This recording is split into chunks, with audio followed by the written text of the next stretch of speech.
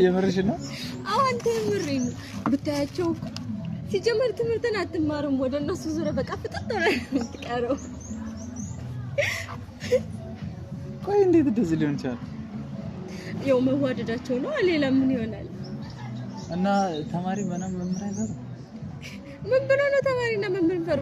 ሲጀመር መምህሩ ያለ ራሱ ማለት እንደዚህ እጃቸውን ተያይዘው ቁጭ ሲሉ ከመሃል ሰው ሲያስገባባቸው አሁን በምን ጊዜ ወጥቶ እንደገና መልሶ ሲገባ የለም ባንድ ተጋድማ አስወጥተው ደግሞ ዛሬ ጥንቅሽ ወሬ ነው ዝሻለ እና ምንድን ተባሉ? መባልማ ምን ይባላሉ? ያው መምህሩ ስቆዝም ነው እንጂ የሚላቸው ሌላ ምን ይላቸዋል?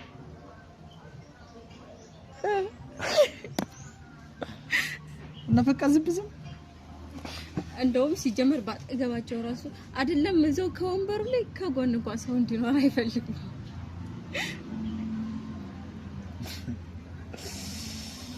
ምን ነው በጣም ገረመህ? በተማሪ መሀል ምናምን እንዴት ነው ፍቅር የሚጫወቱት? ይሁን ትምህርት ቤት ይኸውልህ እንዲች ብሎ በቃ ይኸው እንዲች ብሎ ነው በቃ የሚማሩት። አስበዋል ከአንደኛው ክፍለ ጊዜ እስከ 6ኛው ድረስ እንዲህ ብሎ መማር አልችልም። እና ተማሪው ምናምን የሆነ ሙድ ምናምን አይዝባቸው? ተማሪው ቢዝ እነሱ ቼክ አድርገውት ነው ምንም አይመስላቸውም ሲጀመር።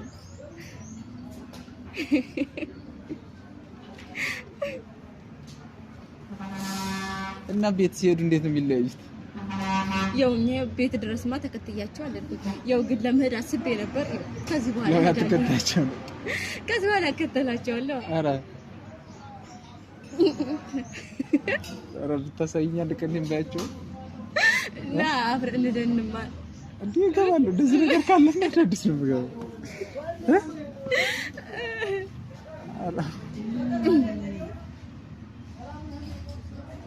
ኧረ ቀስ እንጂ ነው ተመለስ። እኔ ግን ሀና ገረመች። እንዴት ማለት እዛ እንደው ልጁስ እሺ ይሁን እሷ እንደዚህ እንትናለች። አይናፋር ነበር የምትመስለው። ለነገሩ ፍቅር ይኸው ሲይዝ አይናውጣ ያረግ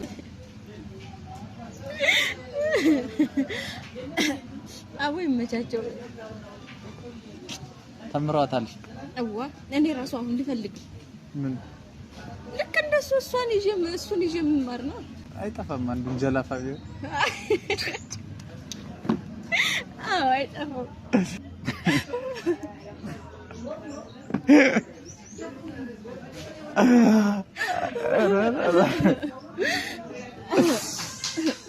ወይ ታሪክ ለካ እንደዚህም አለ።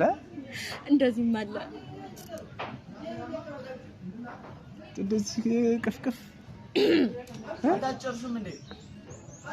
ነገር እኮ ነው የምንጠብቅ ያው ከጨረስን ቆይ እናንተ ጨርሳላችሁ። ስታዳምጡ ነው እንዴ ቆያችሁ? እናንተ ሰው እንደዚህ አድርጋችሁ የምታሙለን ምናማ ሲጀመር እኔ ሰው ማማት በነገራችን ላይ አልወድም። እኮ ሌላ ሰው ስለማናማ እኮ ነው ይኸው በራሳችን። እሺ ከጨረሳችሁ እንስራሽ። በረከት የታል? ና እንጂ ግባ።